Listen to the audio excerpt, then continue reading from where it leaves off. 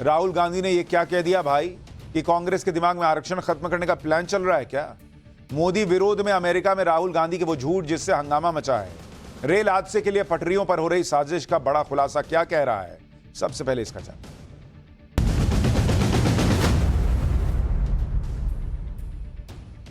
राहुल गांधी विदेश में, राहुल गांधी फिर कार्यक्रमों में बोल रहे हैं और वो जितना बोल रहे हैं उतने सवाल खड़े हो रहे हैं कि राहुल गांधी क्यों विदेश में जाकर भारत की छवि को खराब करने का बार बार प्रयास करते हैं। यहां तक कि इस बार तो वो ऐसी ऐसी बातें बोल रहे हैं कि क्या राहुल गांधी बोल रहे हैं विदेश में और देश में हंगामा खड़ा हो जाए, इसकी कोशिश कर रहे हैं क्या? इतना ही नहीं, राहुल गांधी बोलें और अपनी किरकिरी ना कराएं, ऐसा तो हो ही नहीं सकता, इसलिए वो भी हो गया है। ऊपर से जो इकोसिस्टम नरेंद्र मोदी को हटाने के नाम पर किसी भी लेवल पर जाने को तैयार रहता है, चाहे देश में आग लग जाए तो लग जाए, वो आज भी राहुल गांधी से सवाल नहीं पूछ पा रहा। भाई राहुल गांधी जब जब विदेश जाते हैं तब तब उनकी बातों पर बड़ा बवाल खड़ा होता है। कभी वो कह देते हैं कि भारत में लोकतंत्र ही नहीं बचा है, कभी कह देते हैं कि अमेरिका जाकर भारत में लोकतंत्र भारत आकर अमेरिका और दूसरे देश जो है वो भारत के लोकतंत्र को बचाने में मदद करें, कभी वो भारत की बुराई और चीन की तारीफ करने लगते हैं। इस बार भी राहुल गांधी यही सब अमेरिका जाकर कर रहे हैं। लेकिन ये लोग इस बात को समझकर भी क्या अनजान हो जाते हैं कि विदेशी ताकतें तो इसी ताक में हैं कि कैसे भारत की जो मजबूत इमेज नरेंद्र मोदी ने बनाई है वो इमेज खराब की जाए, कैसे भारत को कमजोर किया जाए और नरेंद्र मोदी को कमजोर किया जाए। क्योंकि आप देखिए कि एक तरफ राजनीतिक साजिशें हैं, दूसरी तरफ ऐसी साजिशें भी चल रही हैं जिसमें रेल की पटरियों पर कभी सिलेंडर रख दिया जाता है, कभी सीमेंट की सिल्ली रख दी जाती है, कभी बोल्डर रख दिया जाता है।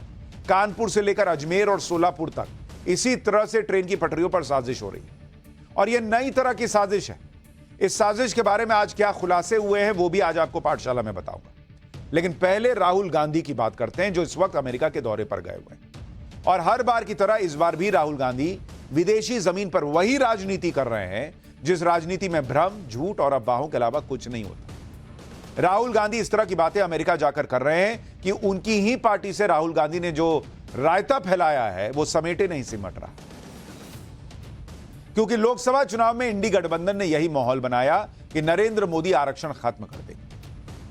लेकिन अमेरिका जाकर राहुल गांधी ने एक नया रायता फैला दिया। जब अमेरिका में राहुल गांधी से आरक्षण पर सवाल किया गया तो उन्होंने कह दिया कि कांग्रेस पार्टी आरक्षण को खत्म करने पर सोचेगी, लेकिन उसके साथ उन्होंने एक शर्त भी जोड़ दी। एक बार राहुल गांधी ने क्या कहा है वो सुन लीजिए आरक्षण को लेकर, फिर आपको बताऊंगा कि उनके बयान पर कैसे बवाल खड़ा हो गया। But we will think of scrapping reservations when India is a fair place, and India is not a fair place. Now that creates a problem because there are many people who come from the upper caste, right, who say, look, what have we done wrong, right? Why are we being punished? लेकिन राहुल गांधी ने आरक्षण पर जो कहा उस पर उनकी अच्छी खासी रगड़ाई हो गई, क्योंकि केंद्रीय मंत्री चिराग पासवान ने कह दिया कि आरक्षण समाप्त करना तो दूर, सोचना भी अपराध है राहुल गांधी जी। मायावती ने भी सोशल मीडिया पोस्ट में राहुल गांधी पर हमला बोला और कहा कि राहुल गांधी के इस बयान से स्पष्ट है कि कांग्रेस सालों से आरक्षण को खत्म करने की साजिश में लगी हुई। मायावती ने कहा कि राहुल गांधी के घातक बयान से सावधान रहें, क्योंकि यह पार्टी सत्ता में आते ही अपने इस बयान की आड़ में आरक्षण जरूर खत्म कर देगी। हालांकि राहुल गांधी से कोई यह पूछे कि राहुल गांधी कह रहे हैं कि समाज में जब बराबरी आ जाएगी तो वो आरक्षण खत्म कर देगी। भाई अगर वो बराबरी नहीं आई तो इस देश में 60 साल 55-60 साल तो कांग्रेस ने राज किया है, तो सवाल आपसे पूछा जाएगा कि वो बराबरी क्यों नहीं आई, क्यों नहीं लेकर आए वो बराबरी। और अभी तो राहुल गांधी कुछ दिन पहले कह रहे थे कि जिसकी जितनी संख्या भारी उतनी उसकी हिस्सेदारी, हम इतना आरक्षण दे देंगे। राहुल गांधी ने भले ही शर्त के साथ आरक्षण खत्म करने की बात कही हो, लेकिन अब लोग नेहरू से लेकर राजीव गांधी के आरक्षण विरोधी बयान याद दिला रहे हैं। जैसे 27 जून 1961 को जवाहरलाल नेहरू ने आरक्षण के मुद्दे पर देश के सभी मुख्यमंत्रियों को अपनी राय बताई थी। लेटर में लिखा था कि वो किसी भी प्रकार के आरक्षण को पसंद नहीं करते, खास तौर पर नौकरी में आरक्षण को तो बिल्कुल नहीं। नेहरू ने आगे लिखा कि वो हर उस चीज के खिलाफ हैं जिससे अक्षमता और लो स्टैंडर्ड को बढ़ावा मिले, लेकिन अगर हम धर्म और जाति के आधार पर आरक्षण देंगे तो काबिल लोगों को पीछे कर देंगे और हमेशा दूसरे या तीसरे दर्जे के बने रहेंगे। नेहरू ने लिखा कि उन्हें यह जानकर बहुत दुख हुआ कि धर्म के आधार पर आरक्षण का बिजनेस कितना आगे जा चुका है। हम हमेशा पिछड़ों की मदद करें, लेकिन क्षमता से समझौता किए बिना, क्योंकि दूसरे दर्जे के लोगों के साथ हम पब्लिक सेक्टर या कोई और सेक्टर कैसे खड़ा कर पाएंगे। यानी जवाहरलाल नेहरू की नजर में आरक्षण देना दूसरे दर्जे के लोगों को मौका देना था। यानी जवाहरलाल नेहरू की नजर में आरक्षण देना ऐसे लोगों को आगे लेकर आना था जिससे देश की प्रगति जो है वो प्रभावित हो जाएगी। अब लोग याद दिला रहे हैं ये नेहरू जी वाली सोच राहुल गांधी में भी है क्या? अच्छा, नेहरू जी की बात नहीं है। इसी तरह इंदिरा गांधी का केस देखिए। इमरजेंसी के बाद जब जनता पार्टी की सरकार बनी तो इस सरकार ने 21 मार्च 1979 में मंडल कमीशन का गठन किया। लेकिन जब 1980 में इंदिरा गांधी की फिर से सत्ता में वापसी हुई, दिसंबर 1980 में मंडल कमीशन की फाइनल रिपोर्ट आई। 1980 से 1989 तक 1989 तक कांग्रेस सत्ता में थी। इंदिरा गांधी और राजीव गांधी प्रधानमंत्री थे, लेकिन उन्होंने मंडल कमीशन की सिफारिशों को लागू नहीं किया। इसके बाद वीपी सिंह की सरकार आई जिसने कमीशन की सिफारिशों को लागू किया, और जब वीपी सिंह ने सदन में मंडल कमीशन की सिफारिशों को मंजूरी दी तो उस दौरान राजीव गांधी नेता विपक्ष थे। 6 सितंबर 1990 को राजीव गांधी ने लोकसभा में मंडल कमीशन की सिफारिशों का विरोध करते हुए कहा था कि हम सभी का उद्देश्य जाति विहीन समाज बनाना होना चाहिए। दुर्भाग्य से आज जो हम कदम उठा रहे हैं वो एक जातिवादी फॉर्मूला है। इसके अलावा 1980 में इंदिरा गांधी ने अपने कैंपेन का नारा यही रखा था कि न जात पर न पात पर मोहर लगेगी हाथ पर। यह वो बयान है जिस पर राहुल गांधी ने खुद ही मुसीबत को न्योता दे दिया। लोग पूछ रहे हैं कि राहुल गांधी भी क्या पिता की, दादी की, नेहरू जी की किसकी सोच लेकर बैठे हैं भाई? लेकिन अमेरिका में राहुल गांधी ने ऐसे ऐसे बयान दिए हैं जिससे देश की खूब बदनामी हो रही।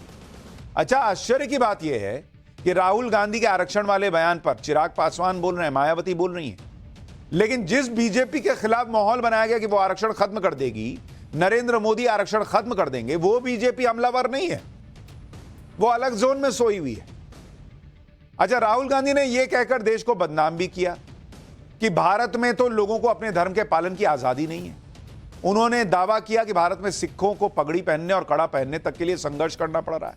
राहुल गांधी यह कहकर पूरे देश को सिस्टम पर सवाल खड़े कर रहे हैं, उठा दिए उन्होंने। भारत में जो चुनाव हुए हैं वो निष्पक्ष नहीं थे।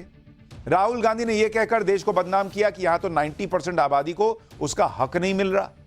राहुल गांधी यह कहकर देश के उद्योगपतियों को बदनाम करते रहे कि भारत को सिर्फ 2 उद्योगपति चला रहे हैं। नरेंद्र मोदी को टारगेट करने के चक्कर में राहुल गांधी चीन की तारीफ कर देते हैं और कहते हैं कि चीन में रोजगार की कोई समस्या ही नहीं। राहुल गांधी के इन बयानों को कांग्रेस या उनके समर्थक यह कहकर डिफेंड करते हैं कि राहुल गांधी तो मोदी सरकार की आलोचना कर। नरेंद्र मोदी की आलोचना करना देश को बदनाम करना नहीं होता। लेकिन राहुल गांधी और उनके लोग ये नहीं समझते कि आलोचना करना या बदनाम करने में फर्क होता है। और राहुल गांधी साफ साफ झूठ बोलकर देश को बदनाम कर रहे हैं। उन्हें शायद यह गलतफहमी है कि वो नरेंद्र मोदी को टारगेट कर रहे हैं, लेकिन ऐसा करने के चक्कर में वो देश की छवि को डैमेज कर रहे हैं। जैसे राहुल गांधी ने अमेरिका में बैठे बैठे यह दावा कर दिया कि भारत में तो सिखों को धार्मिक आजादी के लिए संघर्ष करना पड़ रहा है, पगड़ी पहनने, गुरुद्वारे जाने के लिए संघर्ष करना पड़ रहा है। भाई वो कह रहे हैं कि मैं चाहता हूं कि ऐसा हो कि भाई वो पहन सके, कड़ा पहन सके, पगड़ी पहन सके। इसका मतलब क्या अभी नहीं पहन पा रहा? सुनिए राहुल गांधी ने क्या कहा है, फिर आपको बताऊंगा कि राहुल गांधी को कैसे इस बयान पर देश के सिखों ने करारा जवाब दिया। What is your name? Brother, yeah, with the turban. What is your name? Bhalinder Singh. Bhalinder Singh. The fight is about whether he, as a Sikh, is going to be allowed to wear his turban in India. Or he, as a Sikh, is going to be allowed to wear a kada in India. Or he, as a Sikh, is going to be able to go to Gurdwara. That's what the fight is about. And not just for him, for all religions. अब राहुल गांधी भारत में विपक्ष के नेता हैं। वो विदेशी धरती पर जो बोलते हैं लोग उसे सच मान लेते हैं। इसलिए राहुल गांधी को बहुत सोच समझकर बयान देने चाहिए, क्योंकि उनको सुनकर तो ऐसा लग रहा है कि वो लड़ाई लड़ रहे हैं कि भाई सिख जो है वो पगड़ी पहन पाएगा या नहीं, कड़ा पहन पाएगा या नहीं, और सुनकर ऐसा लग रहा है कि भाई लग रहा है ये सब नहीं कर पा रहा सिख। अगर राहुल गांधी अमेरिका में बैठे बैठे ये कह दें कि भारत में तो सिखों को पगड़ी पहनने और गुरुद्वारे जाने तक की लड़ाई लड़नी पड़ रही है, तो अमेरिका में बैठे लोग क्या सोचेंगे? सोच लेंगे कि भाई यही हो रहा होगा। वो भारत को ऐसे देश के रूप में देखेंगे जहां लोगों के पास धार्मिक आजादी तक नहीं है, जबकि सच इसके उलट है। राहुल गांधी विदेश में बैठकर यह माहौल बना रहे हैं कि भारत में सिखों को कोई धार्मिक आजादी नहीं मिली। शायद राहुल गांधी को यह पता नहीं कि राहुल गांधी या यह तो पता नहीं या बताना नहीं चाहते कि इस देश में सिखों को कृपाण लेकर फ्लाइट में भी यात्रा करने की आजादी। सिख पगड़ी पहनकर, कड़ा पहनकर, कृपाण लेकर कहीं भी जा सकते हैं, कोई रोक टोक नहीं है, जबकि सिखों को छोड़कर किसी भी और धर्म के व्यक्ति को कृपाण जैसा कोई धार्मिक चिन्ह अपने साथ फ्लाइट में ले जाने की इजाजत नहीं है। सिख अगर टू व्हीलर चलाते हुए भी पगड़ी धारण करना चाहते हैं तो कर सकते हैं। इसके लिए उन्हें हेलमेट पहनने से छूट दी गई है। इस तरह की छूट किसी और धर्म के व्यक्ति को नहीं है, और यह सब इसलिए क्योंकि पगड़ी पहनना सिख धर्म का एक बेहद जरूरी रिवाज है, और इसी वजह से उनकी धार्मिक मान्यता को देखते हुए यह छूट दी गई है। अब यह बात राहुल गांधी को नहीं पता है, लेकिन वहां वो माहौल ऐसा बना रहे हैं कि कड़ा पहनने मिले, गुरुद्वारा जाने मिले, इसकी लड़ाई लड़ रहे हैं। ये सब बातें राहुल गांधी जानते हैं, लेकिन अपनी राजनीति चमकाने के चक्कर में अमेरिका जाकर सोचिए क्या कर रहे हैं। पहले राहुल गांधी विदेश जाते थे तो मुसलमानों के बारे में बोलते थे कि भारत में मुस्लिम प्रताड़ित है। अब वो मुस्लिमों का नाम नहीं लेते, अब वो सिखों का नाम ले रहे हैं। ऐसा इसलिए क्योंकि हरियाणा में चुनाव, किसान आंदोलन फिर से शुरू होने की बातें हो रही हैं, तो राहुल गांधी को लगता होगा कि सिखों को लेकर सरकार के खिलाफ बोलेंगे तो माहौल बनेगा। लेकिन यह तो सीधे सीधे झूठ की राजनीति हो, क्योंकि कोई नहीं कह सकता कि सिख प्रताड़ित है। खुद सिख समुदाय राहुल गांधी को जवाब दे रहा है, क्योंकि सच तो यह है कि सिख समुदाय का खुद पीएम कितना सम्मान करते रहे हैं, वक्त वक्त पर वो सिख संगठनों से मिलते रहे हैं, गुरुद्वारे जाते रहे हैं, ये सब ने देखा है। पीएम मोदी ने अपनी कैबिनेट में भी 2 सिखों को जगह दी है, केंद्रीय मंत्री हरदीप पुरी और रवनीत सिंह बिट्टू। पिछले 10 साल में सिख समुदाय के लिए मोदी सरकार ने क्या क्या कदम उठाए हैं आपको याद दिलाता हूं। पाकिस्तान से दुश्मनी होने के बावजूद करतारपुर कॉरिडोर खुलवाया गया। अफगानिस्तान में फंसे सिखों की पूरी हिफाजत के साथ देश लेकर आए। अफगानिस्तान से पवित्र गुरु ग्रंथ साहिब के 3 स्वरूपों को सुरक्षित लाया गया। गुरु गोविंद सिंह के छोटे साहिबजादों की शहादत को याद करने के लिए 26 दिसंबर को वीर बाल दिवस के रूप में घोषित किया। सिख धर्म हो या अन्य धर्म, पीएम मोदी ने हमेशा ही सब धर्मों के प्रति आदर और सम्मान जताया। इसलिए राहुल गांधी के बयान पर बीजेपी भड़की हुई। केंद्रीय मंत्री हरदीप पुरी ने राहुल गांधी को करारा जवाब दिया। सुनिए एक बार, फिर राहुल गांधी को वो इतिहास याद दिलाऊंगा जिसे वो शायद भूल गए। जितनी सेफ्टी सिक्योरिटी सिख्स को अपना रिलीजन प्रैक्टिस करने के लिए इंडिया में है, मैं समझता हूं कम जगह में होगी। मैं नहीं समझता कि उनको समझ नहीं है, पर वो बाहर जाके गलत और डेंजरस नैरेटिव करते हैं। It's a very very very regrettable thing. जो राहुल गांधी आज विदेश में जाकर सिख समुदाय को लेकर झूठी बातें कह रहे हैं, इस तरह की झूठ फैलाने वालों को अपनी पार्टी का उस इतिहास को नहीं भूलना चाहिए, जिस इतिहास में उनकी पार्टी के हाथ खून से रंगे हैं। 1984 के दंगों में सिखों का कैसे कत्लेआम हुआ, इसकी कहानी राहुल गांधी को जाननी चाहिए। 1984 में राहुल गांधी की दादी इंदिरा गांधी की हत्या के बाद देश भर में सिखों के खिलाफ दंगे हुए थे, जिसमें 3000 सिखों की हत्या हुई। 1984 के दंगों में कांग्रेस पार्टी के नेताओं पर न सिर्फ हिंसा भड़काने बल्कि दंगे करने वाली भीड़ की अगुवाई करने के भी आरोप लगे थे। निर्दोष सिखों की पहचान करने और उन्हें निशाना बनाने के लिए स्टेट मशीनरी का इस्तेमाल हुआ था, लेकिन राहुल गांधी के पिता और तत्कालीन प्रधानमंत्री राजीव गांधी ने कह दिया था कि जब कोई बड़ा पेड़ गिरता है तो धरती तो थोड़ा हिलती ही है। यह हुआ था सिखों के साथ राजीव गांधी के कार्यकाल में, और राहुल गांधी विदेश जाके बता रहे हैं कि आज सिख की लड़ाई लड़ रहे हैं कि वो कड़ा पहन सके। राजीव गांधी का वो बयान सुनवाता हूं आपको, जब सिख दंगे हुए थे। सुनिए उन्होंने क्या कहा था। जब इंदिरा जी की हत्या हुई थी तो हमारे देश में कुछ दंगे फसाद हुए। हमें मालूम है कि भारत की जनता के दिल में कितना क्रोध आया, कितना गुस्सा आया, और कुछ दिन के लिए लोगों को लगा कि भारत हिल रहा है। लेकिन जब भी कोई बड़ा पेड़ गिरता है तो धरती थोड़ी हिलती है। राजीव गांधी का यह बयान आज तक कोई नहीं भूला है, ना ही वो बात भूली है जो बात राहुल गांधी के गुरु सैम पित्रोदा ने कुछ साल पहले ही सिख दंगों को लेकर कही थी कि हुआ तो हुआ, ये हुआ तो हुआ, बहुत चर्चित हुआ था। वो भी राहुल गांधी को आज याद दिला देता हूं कि सैम पित्रोदा ने क्या कहा। अब क्या है 84 का? बात तो करिए आपने क्या किया 5 साल में, उसकी बात करिए। 84 में हुआ तो हुआ। अब क्या है 84 का? बात तो करिए आपने क्या किया 5 साल में, उसकी बात करिए। 84 में हुआ तो हुआ। अब यही सैम पित्रोदा विदेश में राहुल गांधी के टूर करवाते हैं जिससे राहुल गांधी की ब्रांडिंग हो सके। लेकिन सैम पित्रोदा की बातें हों या फिर राहुल गांधी के पिता राजीव गांधी की बातें हों, कोई भूलता नहीं है बॉस। ना ही यह भूलता है कि सिखों का किस तरह से नरसंहार 1984 में कांग्रेस के राज में हुआ। सुनिए बीजेपी के नेता आरपी सिंह क्या कह रहे हैं। सिख की पगड़ी उतारी जाती थी और कांग्रेस की सरकार के रहते हुए पगड़ी उतारी जाती थी।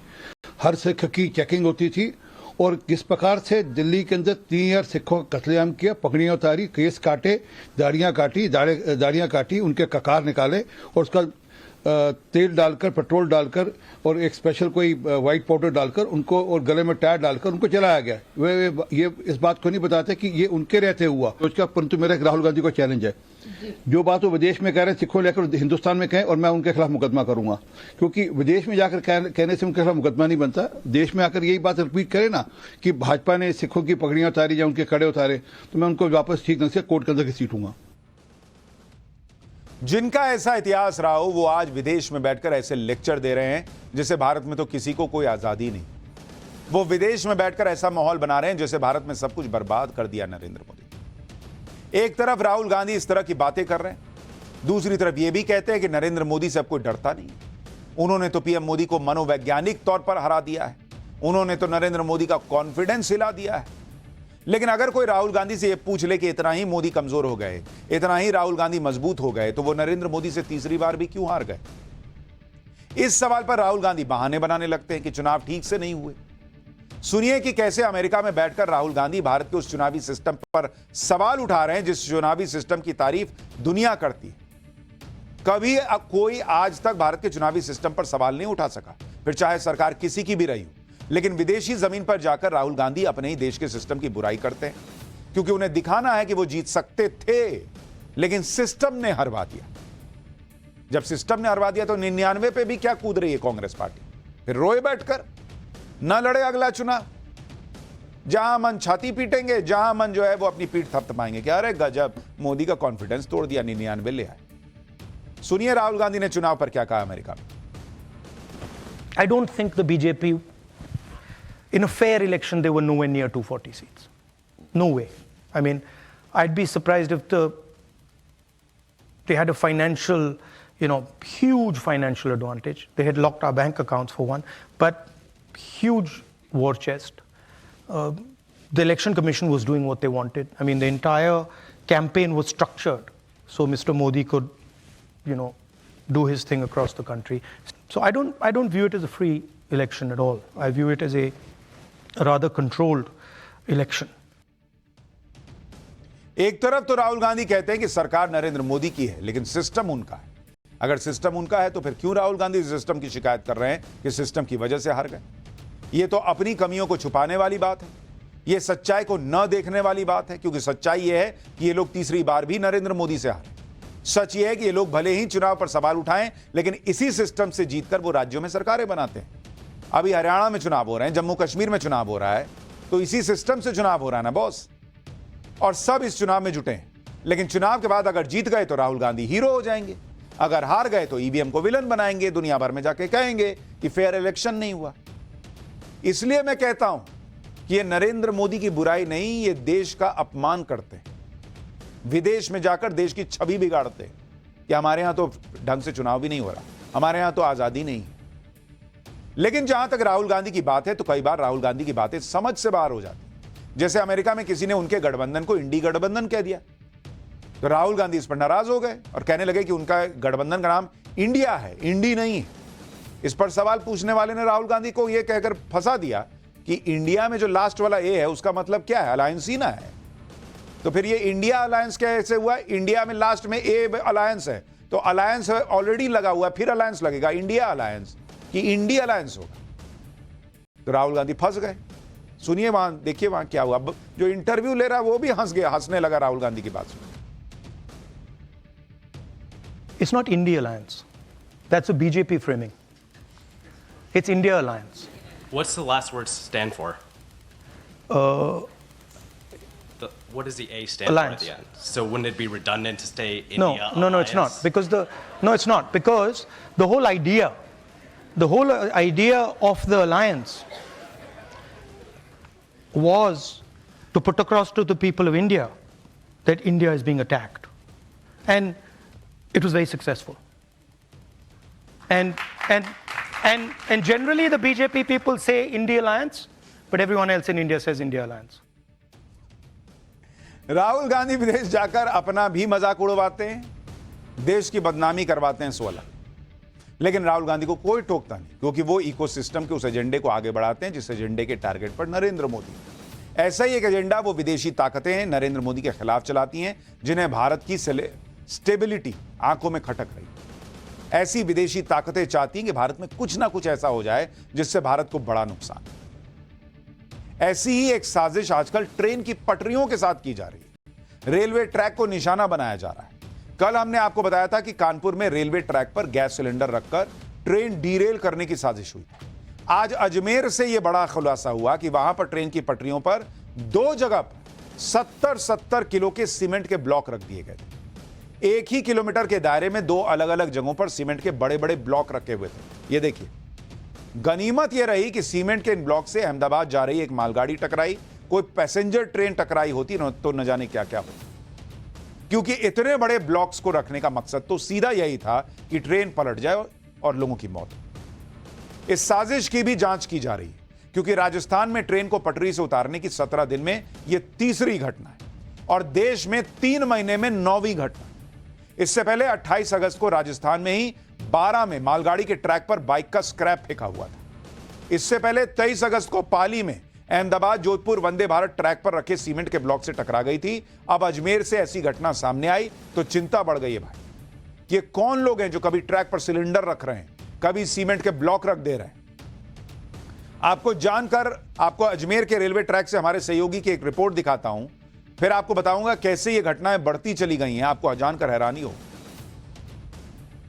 फिर मैं आपको दिखाने की कोशिश करता हूँ। आप देख सकते हैं ब्लॉक जो है कितनी बड़ी साइज है, सीमेंट कंक्रीट का बना हुआ ब्लॉक है। ट्रेन से टकराती है और आगे निकल जाती है। गनीमत रही कि कोई हादसा नहीं हुआ। यहाँ देखिए, ये इसको हिला भी नहीं सकते, इतना भारी ये है यहाँ पर। और जो अधिकारी उनसे मैं बात करने की कोशिश करता हूँ। सर, ये किस तरीके का ब्लॉकेज मिला है और क्या ट्रैक पर मिला था? ये सैटरडे और संडे और मंडे की इवनिंग नाइट को ये 2 इंसिडेंट हुए हैं। एक अप ट्रेन और एक डाउन ट्रेन थी, दोनों में एक 10:30 के लगभग और एक 12 बजे के लगभग ये 2 घटनाएं हुई। जिसमें तो किसी ने जानबूझ के ही इनको गिराया है। इसके एक ही ट्रैक पर 2 अलग अलग ट्रैक जा रहे हैं, एक इस तरफ दोनों पर किया गया, दोनों अलग अलग ट्रैक के ऊपर गिराया गया है। इससे के ऊपर पहले उस अब ये वो वाला हमारा ये अप ट्रैक है जिसके ऊपर हुआ था, और दूसरा ये डाउन ट्रैक है, इसके ऊपर रखा है। तो दोनों ट्रेनों से ये हिट किया है। इसी तरह का पैटर्न देश के अलग अलग हिस्सों में दिख रहा है। महाराष्ट्र के सोलापुर में भी मालगाड़ी को पलटाने की साजिश रची गई। यहां एक स्टेशन से करीब 1 किलोमीटर दूर रेलवे ट्रैक पर सीमेंट का एक बड़ा पत्थर रखा हुआ मिला। अब आप देखिए, अब ये इतना बड़ा पत्थर कोई एक आदमी तो उठा के लाया नहीं होगा। यह पत्थर एक सिग्नल पॉइंट के पास रखा हुआ था, जिसे देखकर यही लग रहा है कि ये ट्रेन को पलटा देने की साजिश का हिस्सा है। यह हादसा लोको पायलट की सावधानी से टल गया। घटना को लेकर रेलवे के सीनियर सेक्शन इंजीनियर ने थाने में शिकायत भी दर्ज कराई। कल ही हमने आपको कानपुर में कालिंदी एक्सप्रेस को नुकसान पहुंचाने की साजिश के बारे में बताया था। इस साजिश की जांच अब एनआईए ने शुरू कर दी है। इसके अलावा आईबी और एटीएस भी जांच में शामिल है। जांच में पता चला है कि कानपुर में ट्रेन को बर्निंग ट्रेन बनाने की साजिश थी। ट्रैक पर सिर्फ सिलेंडर नहीं बल्कि 20 मीटर तक पेट्रोल छिड़कने के निशान मिले हैं। ट्रैक के बीच सिलेंडर रखा था, ट्रैक से सटाकर रखी कांच की बोतल में पेट्रोल था, उसमें एक बत्ती लगी हुई थी, एक झोले में ट्रैक किनारे बारूद रखा था। साजिश ये थी कि जब 100 किलोमीटर की रफ्तार से ट्रेन सिलेंडर से टकराएगी, सिलेंडर और पेट्रोल बम फटेगा, इसके पास में रखे बारूद की वजह से जोरदार धमाका होगा। सिलेंडर से लगातार गैस रिसने की वजह से आग ज्यादा से ज्यादा बोगियों तक पहुंचेगी, लेकिन यह साजिश इसलिए फेल हो गई क्योंकि इमरजेंसी ब्रेक लग गई और सिलेंडर में विस्फोट नहीं हो पाया। सूत्रों के मुताबिक जांच एजेंसियों को शक है कि कानपुर की घटना के पीछे आईएसआईएस का खुरासान मॉड्यूल हो सकता है। आईएसआईएस खुरासान से जुड़े लोग सेल्फ रेडिकलाइज लोग होते हैं जिनकी ट्रेनिंग सोशल मीडिया के जरिए होती है। कानपुर में रेलवे ट्रैक पर जिस तरह का सामान मिला है उससे शक है कि आरोपी सेल्फ रेडिकलाइज हो सकते हैं। आईएसआईएस कमांडर फरतुल्ला घोरी पाकिस्तान में बैठकर आतंकी ऑनलाइन क्लास देता है। फरतुल्ला घोरी ने ही हाल में अपने ऑडियो क्लिप के जरिए भारत में ट्रेन पलटने का आदेश भी दिया था। यानी ऐसी घटनाएं जो हैं वो बढ़ रही हैं और इस पूरे मामले में चिंता का विषय बनी। एक साजिश भारत में बैठे कट्टरपंथियों के जरिए हो रही है, दूसरी साजिश बांग्लादेश में बैठे कट्टरपंथी कर रहे हैं। पाठशाला में अगली क्लास, भारत से बंगाल को काट देने वाला बांग्लादेश के आतंकियों का प्लान क्या है? हिंसा संभल नहीं रही, बांग्लादेश भारत को हिल्सा मछली रोक के तीर मार लेगा क्या? अब जरा यह खबर देखिए।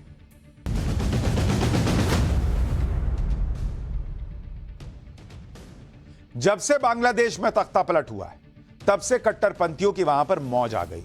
जब तक शेख हसीना थी तब तक ये कट्टरपंथी थोड़ा कंट्रोल में थी, लेकिन जैसे ही शेख हसीना गई कट्टरपंथियों ने तो जैसे बांग्लादेश पर कब्जा ही कर लिया।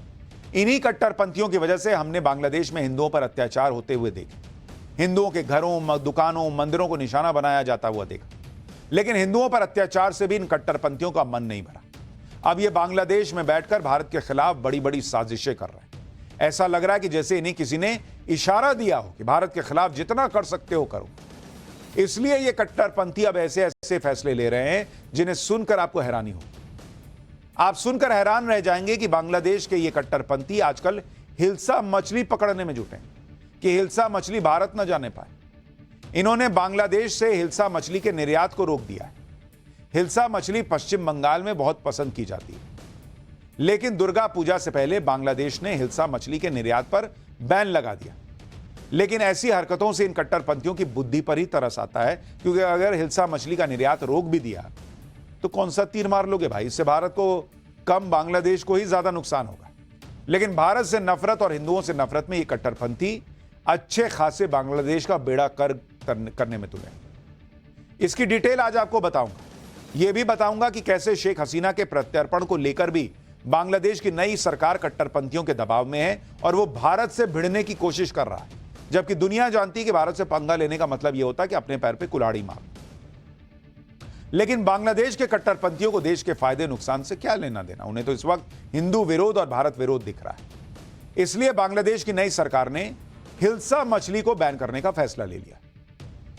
बांग्लादेश सरकार की सलाहकार फरीदा अख्तर ने इसके बारे में बताया कि कुछ मुनाफाखोर व्यापारी मछली का निर्यात करने की कोशिश कर रहे हैं। हमारे अपने लोगों को हिल्सा मछली नहीं मिल पा रही। स्थानीय लोगों के हितों को ध्यान में रखते हुए हमने हिल्सा मछली का निर्यात रोकने का फैसला किया है, जिससे हिल्सा मछली की उत्पादन लागत और कीमत कम हो सके।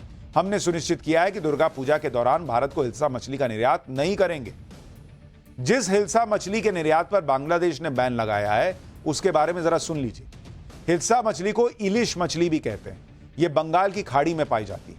दुनिया की 70% हिल्सा मछली का उत्पादन बांग्लादेश करता है। हिल्सा मछली बांग्लादेश की राष्ट्रीय मछली है और राष्ट्रीय गौरव से जुड़ी हुई।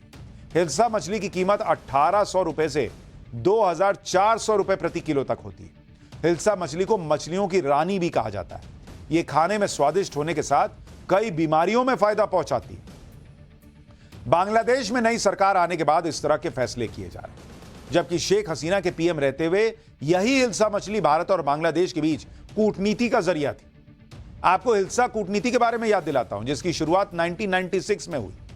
1996 में गंगा जल बंटवारे की संधि के बाद शेख हसीना ने बंगाल के तत्कालीन सीएम ज्योति बसु को हिल्सा मछली उपहार में दी थी। बांग्लादेश ने 2012 से 2020 तक बाकी देशों में हिल्सा के निर्यात पर रोक लगाई थी, लेकिन भारत को हिल्सा देने पर रोक नहीं लगी थी। 2019 में बांग्लादेश ने दुर्गा पूजा के उपहार के तौर पर 500 टन हिल्सा मछली भारत में भेजी थी। 2023 में भी दुर्गा पूजा के लिए बांग्लादेश ने भारत में हिल्सा भेजने का फैसला किया था। 2023 में बांग्लादेश के 79 एक्सपोर्टर्स ने करीब 3950 टन हिल्सा मछली भारत भेजी थी। लेकिन अब बांग्लादेश को एक नया बुखार चढ़ा कि नहीं, हम हिल्सा नहीं देंगे। अब नई कट्टरपंथी सरकार हिल्सा डिप्लोमेसी को रोकना चाहती है। इनको लग रहा है कि भाई बंगाल में हिल्सा मछली ज्यादा खाई जाती है, अभी दुर्गा पूजा आने वाली है, वहां डिमांड होगी, नहीं भेजेंगे, कोई बहुत बड़ा तीर मार ले। बांग्लादेश ने हिल्सा के निर्यात पर बैन लगाया, लेकिन भारत में अभी भी आराम से हिल्सा मिल रही है। व्यापारियों के मुताबिक बांग्लादेश की हिल्सा मछली अब म्यांमार के रास्ते भारत आ रही है। हालांकि इससे हिल्सा मछली की कीमत थोड़ी बढ़ गई, लेकिन दुर्गा पूजा के दौरान लोग महंगी कीमत पर भी इसे खरीदते हैं। यानी बांग्लादेश की सरकार भले ही बैन लगाए, लेकिन हिल्सा मछली तो भारत आ रही है। तुम क्या ही कर लिए। ऐसा लगता है कि कट्टरपंथियों ने ठान लिया है कि यह बांग्लादेश को पूरी तरह से बर्बाद करके मानेंगे और बांग्लादेश को भी पाकिस्तान की तरह आतंक का अड्डा बना देंगे। क्योंकि आप देखिए कि जब से बांग्लादेश में नई सरकार आई है, तब से वहां पर एक के बाद एक आतंकवादियों को जेल से निकाला जा रहा है। और ये छोटे मोटे आतंकी नहीं, खूंखार आतंकवादी। उसी में एक आतंकी है जशीमुद्दीन रहमानी, ये जिसकी तस्वीर देख रहे हैं, जिसे शेख हसीना की सरकार के दौरान जेल में कैद किया गया। वो अब बाहर आ गया और जशीमुद्दीन रहमानी आतंकी संगठन अंसारुल्लाह बांग्ला टीम का सदस्य है। अल-कायदा का समर्थन करता है। जेल से बाहर आते ही जशीमुद्दीन रहमानी ने भारत को धमकी भी दे दी। जशीमुद्दीन रहमानी ने भारत को धमकी देते हुए कहा कि भारत में चिकन नेक को काट देंगे। जैसे हमारे यहां एक भाई साहब कह रहे थे ना कि चिकन नेक काट देना चाहिए भारत को और वो जेल में है आजकल, वैसा ही ये आदमी कह रहा है कि भारत में चिकन नेक को काट देंगे, जम्मू कश्मीर को भारत से आजाद कराएंगे, बंगाल को भी भारत से अलग कराएंगे, खालिस्तान का समर्थन करेंगे। सोचिए क्या क्या ये लोग दिमाग में पाले बैठे हैं कि बंगाल को भारत से काट देंगे ये लोग। ऐसे आतंकवादियों को जब खुला छोड़ा जाएगा तो बांग्लादेश आतंक का अड्डा बन ही जाएगा। सच्चाई यह है कि बांग्लादेश अब दूसरा पाकिस्तान बनने की तरफ तेजी से बढ़ रहा है, जो दिख रहा है उसके हिसाब से। वहां पाकिस्तान का समर्थन करने वाले कट्टरपंथी संगठन जमाते इस्लाम के समर्थन से बांग्लादेश की अंतरिम सरकार चल रही है और ये कट्टरपंथी अब बांग्लादेश के इतिहास को ही बदलने की कोशिश कर रहे हैं। बांग्लादेश में संविधान बदलने के लिए कमेटी बना दी गई है। आजादी के प्रतीक मिटाने की तैयारियां चल रही हैं। शेख मुजीबुर रहमान की प्रतिमा गिरा ही दी गई। अब राष्ट्रगान अमर सोनार बांग्ला को बदलने की मांग हो रही है, जिसे रविंद्रनाथ टैगोर ने लिखा था। बांग्लादेश के कट्टरपंथी अगर सोच रहे हैं कि धमकी देकर भारत को डरा देंगे, तो पहले मालदीव का हाल देख लेना चाहिए। मालदीव ने भी भारत को आंखें दिखाने की कोशिश की थी कुछ दिन पहले, लेकिन पीएम मोदी की एक तस्वीर से पूरा मालदीव घुटनों पर आ गया। पीएम मोदी की लीडरशिप में भारत एक ग्लोबल पावर बन रहा है। भारत की अनदेखी करना आज किसी भी देश के लिए मुश्किल है। बांग्लादेश जितना जल्दी समझेगा उतना उसके लिए बेहतर रहेगा। खैर, बांग्लादेश अपना शिकार खुद कर रहा है। हम आपको बताते हैं भेड़ियों के शिकार के बारे में। पाठशाला में अगली क्लास, ना ड्रोन काम आया ना शूटर्स। फिर पांचवां आदमखोर खूंखार भेड़िया कैसे पकड़ा गया? पांचवां भेड़िया पकड़ा भी गया तब भी यूपी में हमले कौन कर रहा है? जरा ये चैप्टर देखिए।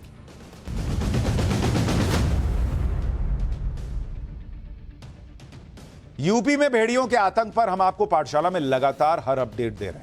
जिस बहराइच में करीब 2 महीने से लोग आदमखोर भेड़ियों को की वजह से खौफ से घरों में कैद हो गए थे, जहां 50 से ज्यादा गांव की करीब 80,000 की आबादी आदमखोर भेड़ियों के लगातार हो रहे हमलों से सहमी हुई थी। लोगों को अपने बच्चों की चिंता सता रही है, क्योंकि दबे पांव आकर ये आदमखोर जो है वो बच्चों का ही शिकार कर रहे हैं।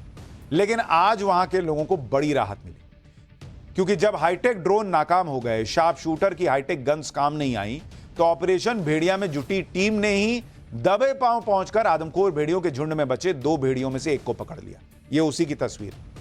ड्रोन को चकमा दे रहा ये 5वां आदमखोर भेड़िया कैसे जाल में फंसा, उसकी एक एक डिटेल सुनिए। लेकिन पहले पिंजड़े में बंद हो चुके इस आदमखोर खूंखार की तस्वीर देखिए। ये देख के ही देख नहीं रहे, ये कैसा खूंखार दिख रहा है। ये देख के ही लग रहा है कि ये छोड़ने वाला नहीं है। देख रहे हैं, इसका बस चले तो वो रॉड खा जाए। पिंजड़े में बंद होने के बावजूद ये आदमखोर भेड़िया हमला करने को तैयार दिख रहा है। किस तरह भेड़िया पिंजड़े की सलाखों को अपने नुकीले दांतों से चबाने की कोशिश कर रहा है, आप देख रहे हैं। आप इसे ही देखकर अंदाजा लगा सकते हैं कि हमला करते वक्त ये आदमखोर अपने इसी मजबूत जबड़े से और दांतों से कैसे शिकार को दबोच कर भागता होगा। आप सोचिए, जो लोहे की रॉड चबाने का प्रयास कर रहा है वो आदमी को छोड़ता होगा, बच्चे का क्या करता होगा सोचिए। इस आदमखोर को पकड़ना इतना आसान नहीं रहा।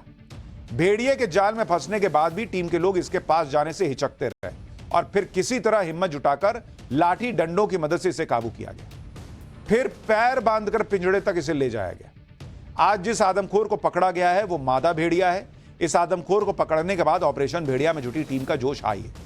अब यह टीम जल्दी ही बहराइच में आदमखोर का आतंक खत्म करने का दावा कर रही है। एक बार सुनिए ये लोग क्या कह रहे हैं, फिर आपको बताऊंगा पांचवें आदमखोर को जाल बिछाकर किस तरह पकड़ा गया। पांचवा भेड़िया पकड़ा गया है। हमने 6 पकड़ने की बात कही गई थी, उसमें से 5 पकड़ लिए हैं। एक अभी भी फरार है, भगा हुआ है, और उसको भी हम जल्द ही पकड़ लेंगे। जब हमारा सही टाइम आएगा, उसका ख़राब टाइम आएगा, तभी पकड़ पाएंगे। प्रयास तो लोग हम डेली कर रहे हैं, 100% कर रहे हैं। हालांकि आतंक का पर्याय बन चुके आदमखोर को पकड़ना आसान नहीं रहा। एक तरफ पिछले कई दिनों से शार्प शूटर्स की टीम उसे ढूंढने में जुटी रही, तो दूसरी तरफ हाईटेक ड्रोन्स की मदद से उसकी सटीक लोकेशन पता करने की कोशिशें। लेकिन यह शातिर आदमखोर लगातार चकमा देता रहा, जिसके बाद स्ट्रैटेजी बदली गई, गांव वालों की मदद ली गई और उसे पकड़ा गया। इस ऑपरेशन में जुड़े अधिकारियों ने बताया कि आदमखोर भेड़िए इतने शातिर हो चुके थे कि आसमान में ड्रोन दिखता था तो भाग जाते थे। जब ड्रोन नाकाम होने लगे तो फुटप्रिंट्स के जरिए आदमखोर भेड़िए तक पहुंचने का प्लान बनाया गया। दरअसल बीती रात बहराइच के ददुआपुर गांव में बकरी पर भेड़िए ने हमला किया, इसकी जानकारी दी। जांच में कंफर्म हो गया कि ये भेड़िए के ही फुटप्रिंट्स हैं। खून लगा हुआ था, छाप पड़ता चला गया। इसके बाद भेड़िए के पैरों के निशान को ट्रेस करना शुरू किया गया कि देखें किधर गया है। इस काम में मुश्किल इसलिए नहीं आई क्योंकि पंजे के निशान बेहद साफ बने हुए थे और एक ही तरफ जाते हुए दिखाई दिए। जहां तक भेड़िए के पंजे के साफ निशान दिखाई दिए, वहां तक टीम आगे बढ़ती रही। यह दूरी बकरी पर हमले वाली जगह से करीब 6 किलोमीटर थी। इसके बाद भेड़िए को पकड़ने के लिए जाल बिछाया गया, लेकिन अंधेरा होने की वजह से ऑपरेशन को सुबह तक के लिए टाल दिया गया। फिर सुबह सुबह करीब 4 बजे भेड़िए को पकड़ने के लिए एक बार फिर ऑपरेशन शुरू हुआ और 2 घंटे की मशक्कत के बाद सुबह सुबह करीब 6 बजे यह 5वां आदमखोर भेड़िया पकड़ा गया। ऑपरेशन भेड़िए में जुटी टीम ने 5वें भेड़िए के पकड़े जाने को बड़ी कामयाबी बताया और बहराइच में आदमखोर भेड़ियों का आतंक पूरी तरह खत्म होने तक ऑपरेशन जारी रहने का भरोसा भी दिया। सुनिए एक बार। रात भर हम लोग ड्रोन पे एक जगह सेट करके उसकी फिगर ले लिया था, लेकिन हम लोगों ने पूरी रात ड्रोन उसके आसपास नहीं दौड़ाया। इसलिए नहीं किया क्योंकि अब ये बहुत स्मार्ट हो गए थे। जैसे ही ड्रोन्स इनके पास आते थे ये भागना शुरू कर देते थे।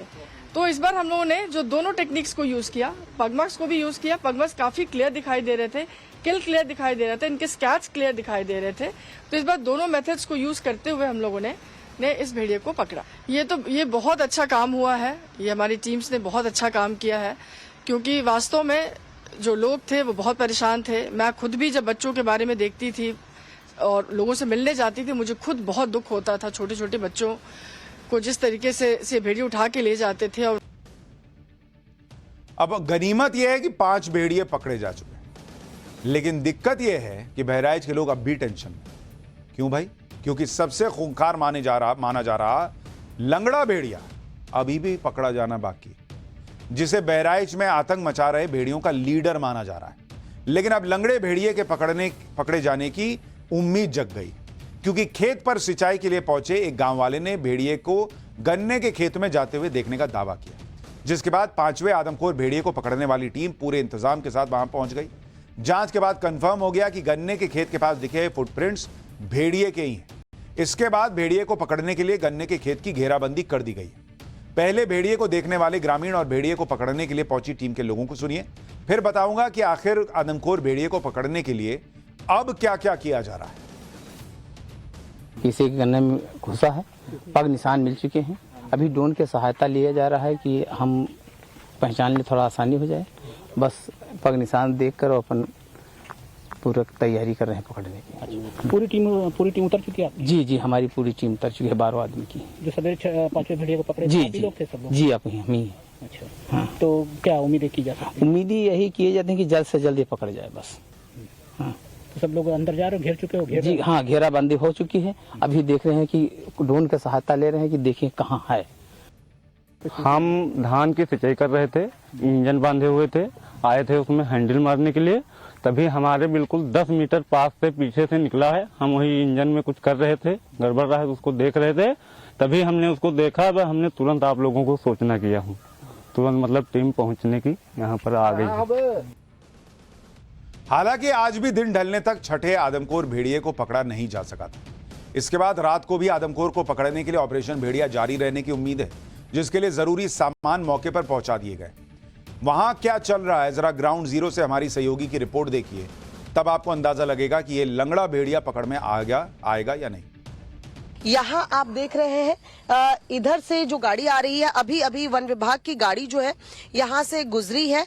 ये पूरा इलाका हरबख्शपुरवा या चूड़ामणि का जो इलाका बताया जा रहा है, वहीं से 4 भेड़िए पहले भी पकड़े गए थे। वन विभाग की ही ये गाड़ी आप जाते इस वक्त देख रहे हैं।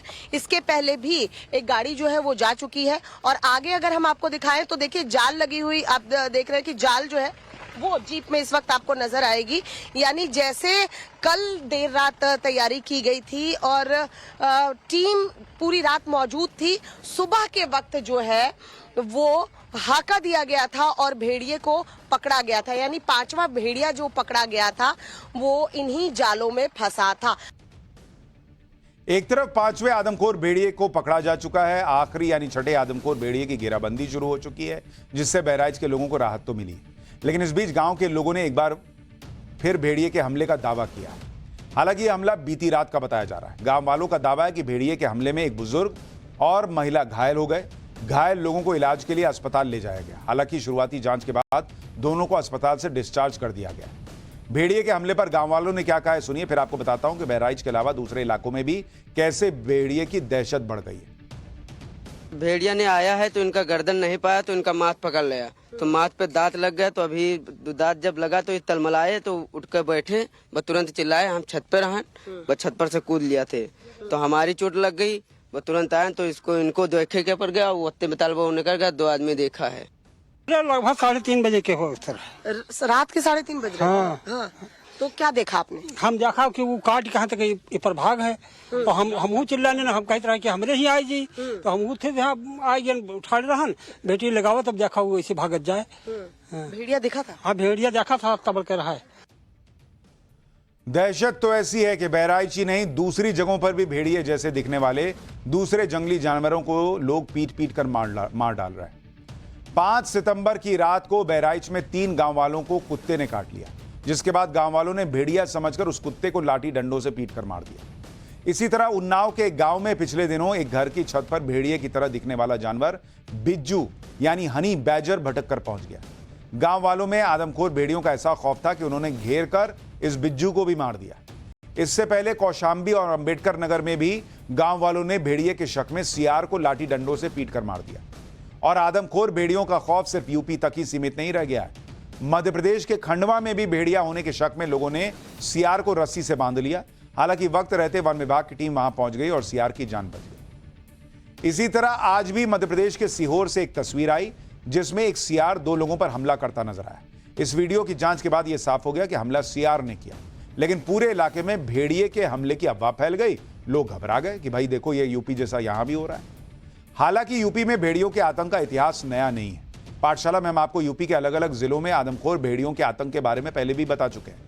लेकिन जब यूपी में भेड़ियों के आतंक का अंग्रेजों के जमाने का इतिहास जानेंगे तो आप भी भेड़िए को बाघ से ज्यादा खूंखार मानने लगे। और यह बात करीब 150 साल पुरानी है। साल 1875 में भेड़ियों के हमले में सिर्फ 1 साल में 1018 लोगों की जान गई थी, जबकि उस साल बाघ के हमले में मरने वालों की संख्या 828 थी। मतलब बाघ से ज्यादा लोग मरे भेड़िए के हमले में। उस वक्त भारत में अंग्रेजों का शासन था और ये हमले भी उस वक्त यूनाइटेड प्रोविंस कहे जाने वाले इलाके में हुए थे। इस इलाके में आज के यूपी के अवध और आगरा मंडल आते हैं। भेड़ियों का आतंक इतना बढ़ गया था कि अंग्रेजों ने उनका खात्मा करने के लिए बड़ा ऑपरेशन चलाया और भेड़ियों के शिकार पर इनाम तक घोषित कर दिया था अंग्रेजों ने। दावा किया जाता है कि साल 1871 से 1916 के बीच करीब 4 दशक में इस इलाके में 1 लाख से ज्यादा भेड़ियों को मार डाला गया था।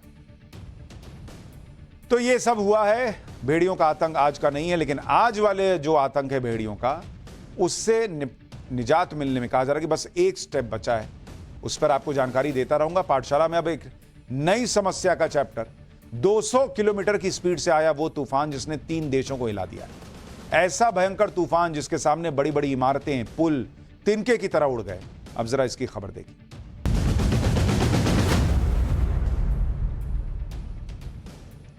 इस वक्त एक ऐसा तूफान तबाही मचा रहा है जिस तूफान ने 3 देश हिला दी और इससे हुई तबाही की ऐसी ऐसी तस्वीरें आई हैं जिसे देखकर दुनिया हिल गई। यह तूफान वियतनाम में आया है। इस तूफान ने पूरे वियतनाम में ऐसी तबाही मचाई है कि लोग अपने घरों के अंदर भी सेफ नहीं है। यहां 200 किलोमीटर प्रति घंटे की स्पीड से हवाएं चल रही हैं जिसमें बड़ी बड़ी इमारतों के हिस्से और मकानों की छत तिनके की तरह उड़ रहे हैं। बाढ़ के सैलाब में नदियों पर बने कई पुल ढह गए। इस भीषण तूफान की वजह से वियतनाम में बहुत से लोग मारे गए हैं और लाखों घरों में बिजली गायब। इसके अलावा हजारों हेक्टेयर की फसल बर्बाद हो गई। स्कूल, कॉलेज, ऑफिस, बाजार, दुकानें सब बंद करवा दिए गए। लोगों का घर से निकलना बंद है। उन्हें सलाह दी गई है कि घर से मत निकलिए, बहुत क्या ही निकलिएगा, क्योंकि तेज हवाओं की वजह से हवा में उड़ रही भारी चीजों से गंभीर चोट लगने का खतरा है। पिछले 30 साल में यह अब तक का सबसे बड़ा तूफान है जिसने चीन, फिलीपींस और वियतनाम जैसे देशों को हिला दिया, लेकिन सबसे ज्यादा असर वियतनाम पर पड़ा। यागी नाम का यह तूफान है जिसने तबाही मचाई हुई है। वियतनाम में आए इस भयानक तूफान का नाम यागी है और आपको इस तूफान का सबसे भयानक वीडियो दिखाता हूं। यह वियतनाम के हनोई इलाके का वीडियो है जिसमें एक ट्रक जैसे ही नदी पर बने पुल पर पहुंचता है वैसे ही यह ट्रक पुल समेत नदी में गिर गया। इस ट्रक का ड्राइवर जब तक ब्रेक लगाता उससे पहले ही यह ट्रक पुल पर पहुंच गया है और पुल के साथ नदी में गिर गया। इस ट्रक के पीछे एक आदमी अपनी बाइक से जा रहा था जिसने पुल पर पहुंचने से ठीक पहले ब्रेक लगाया और उसकी जान बच गई। लेकिन आप सोचिए क्या खतरनाक वीडियो है कि मतलब वो बेचारे ट्रक वाले को पता नहीं, वो तो पुल पे चढ़ रहा, अचानक पुल नीचे गया, वो भी भाई नीचे चला। ये पूरा वीडियो कार में लगे डैश कैम में रिकॉर्ड हो गया। ये कार वाला भी भगवान को धन्यवाद दे रहा होगा क्योंकि ये भी पुल पर पहुंचने वाला ही था और बाल बाल बच गया। अब आपको इस पुल की एक और तस्वीर दिखाता हूं। इसका बड़ा हिस्सा नदी में गिरकर बह गया है। आपको जानकर हैरानी होगी कि इस पुल से सिर्फ अकेला ट्रक ही नदी में नहीं गिरा। इस दौरान इस ट्रक के आगे 10 कार और बाइक, 2 बाइक भी चल रही थी, वो भी गिर गए। इस घटना में अब तक 13 लोग नदी में बह गए हैं जिनकी तलाश अभी की ही जा रही है। इस तूफान ने वियतनाम के लोगों को किस तरह डरा दिया है उसकी एक और तस्वीर देखिए। 200 किलोमीटर प्रति घंटे की रफ्तार से चल रही तेज हवाओं की वजह से इस बिल्डिंग की पूरी छत ही हवा में उड़ गई। देख रहे हैं, छत ही उड़ गई भाई। ये एक बहुत भारी टीन शेड से बनी हुई छत, लेकिन हवा की स्पीड के सामने ऐसे उड़ गई जैसे प्लास्टिक से बनी। अब सोचिए कि इस दौरान अगर कोई इंसान इस भारी छत की चपेट में आ गया होता तो उसका क्या ही हाल होता। यही वजह है कि वियतनाम में लोगों से कहा जा रहा है कि बॉस घर से निकलो ही मत, नहीं तो कांड हो जाए। एक और वीडियो दिखाता हूं। वियतनाम की बिल्डिंग के फ्रंट में लगे हुए ग्लास का पूरा हिस्सा हवा के प्रेशर से नीचे गिर पड़ा। ये देखिए, यहां हवा की स्पीड इतनी ज्यादा है कि भारी भरकम ग्लास का पैनल ताश के पत्तों की तरह उड़ गया। जबकि इस तरह की इमारतों में ग्लास के पैनल को बहुत बड़े और भारी लोहे के फ्रेम में लगाया जाता है, लेकिन जब हवा 200 किलोमीटर प्रति घंटे की रफ्तार से चल रही हो तो हर चीज हल्की हो जाती है। इस तूफान की वजह से घर के अंदर रहने वाले लोग भी सेफ नहीं हैं। इसकी एक और तस्वीर दिखाता हूं। अब इस फ्लैट की बैल्कनी का हिस्सा ग्लास के पैनल से बंद करवाया हुआ है, लेकिन तूफान के सामने तिनके की तरह यह भी उड़ गया। इस दौरान बैल्कनी में जो सामान रखा हुआ था उसे भी तेज हवा साथ में उड़ा कर ले गई। ये देखिए, ये जो भीषण तूफान है उसकी जो गति है उसको समझिए कितना पावरफुल तूफान आया हुआ है।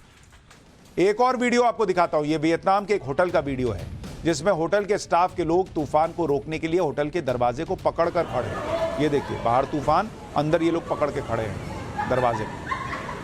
और इन लोगों को डर था कि भाई अगर ये तेज हवाएं आ गई होटल के अंदर, खत्म है मामला, सब तहस नहस हो जाएगा। इसलिए तूफान से बचने के लिए काफी समय से दरवाजे को पकड़ कर खड़े, क्योंकि ये अगर आप देखेंगे, ऐसा कई बार आप देखेंगे हिंदी फिल्मों में होता है कि विलन आ रहा है, भूत आ रहा है या कोई हमला होने वाला है तो लोग ऐसे दरवाजा पकड़ के खड़े हैं। बाहर जो तूफान की रफ्तार है जरा उसको देखिए। इस भयानक तूफान को दरवाजे से कब तक रोक पाएंगे, क्योंकि वियतनाम में रुक रुक कर ये तूफान आ रहा है जिससे पूरे देश में बर्बादी के आंकड़े लगातार बढ़ रहे हैं। ये तूफान कब रुकेगा ये तो कहना मुश्किल है, लेकिन